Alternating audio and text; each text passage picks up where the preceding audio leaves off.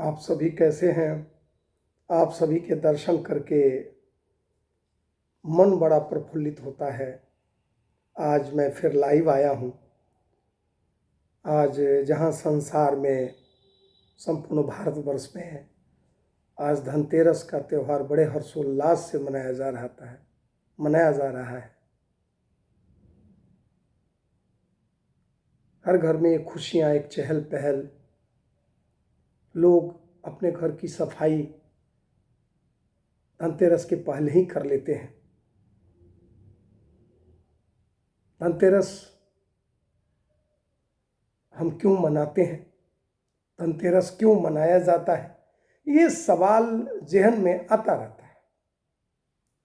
तो धनतेरस मनाने का मुख्य दो ही कारण हैं।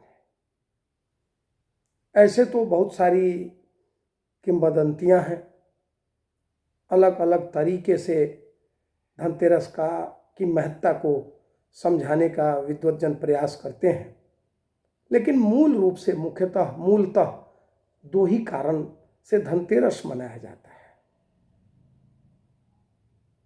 आज ही के दिन जब समुद्र मंथन हुआ था तो आयुर्वेद के जनक, देवताओं के वैद्यराज महर्षि धन्वंतरी अमृत कलश लेकर के प्रकट हुए थे। इसे स्वस्थता का, निरोगता का प्रतीक माना जाता है। हम स्वस्थ रहें, निरोग रहें, हमारा पूरा परिवार सुखी रहे, संसार सुखी रहे, हमारा देश समृद्ध हो, निरोगता बनी रहे, इसलिए आज हम महर्षि वैद्यराज, आयुर्वेद के जनक धन्वंतरी जी को नमन करते हैं, उन्हें याद करते हैं। और आज के दिन माता लक्ष्मी और धन के देवता कुबेर की भी पूजा की जाती है कि घर में सुख समृद्धि बनी रहे, घर में माँ लक्ष्मी का सदैव आगमन होता रहे, उनके चरण पड़ते रहें। तो आज माता लक्ष्मी और धन के देवता कुबेर की भी पूजा अर्चना की जाती है।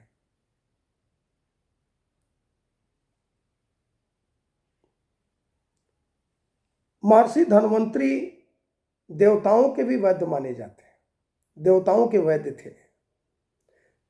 सुनते हैं कि जब वो जंगल के रास्ते से वनस्पतियों के बीच से चलते थे तो वनस्पतियां पहले से ही सिर झुका करके नमन करती और अपना परिचय देती थी। हालांकि वैद्यराज,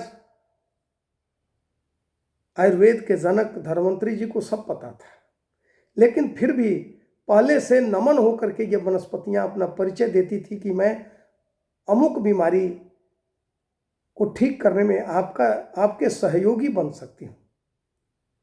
आपके सहयोग में मैं नमन करती हूँ कि मैं इस बीमारी का इलाज हूँ। मुझे सेवन करने से दुनिया के जो मानव हैं वो निरोग और स्वस्थ हो सकते हैं, इन बीमारियों से निजात प्राप्त कर सकते। इस डर से, इस भय से कि महर्षि धन्वंतरी को सब पता था, तो कहीं वो पूछ ना बैठे कि तूने अपना परिचय क्यों छुपाया।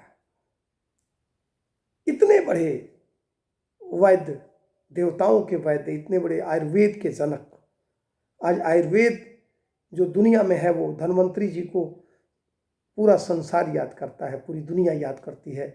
उनके जैसा आयुर्वेद के जनक थे, पिता थे।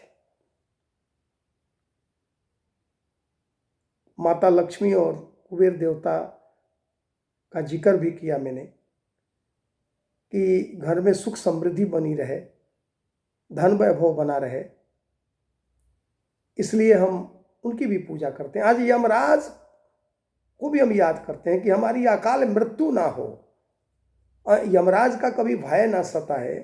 इन कारणों से यमराज के लिए भी हम दीप जलाते हैं, उनको भी याद करते हैं।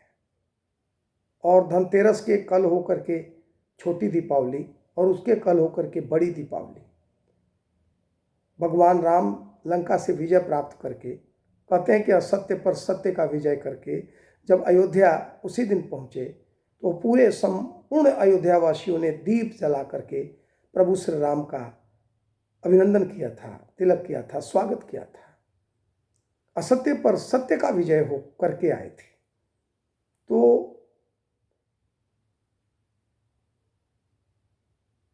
ये मूलतः दो जो कारण हैं, इनके कारण हम धनतेरस मनाते हैं और कहते हैं कि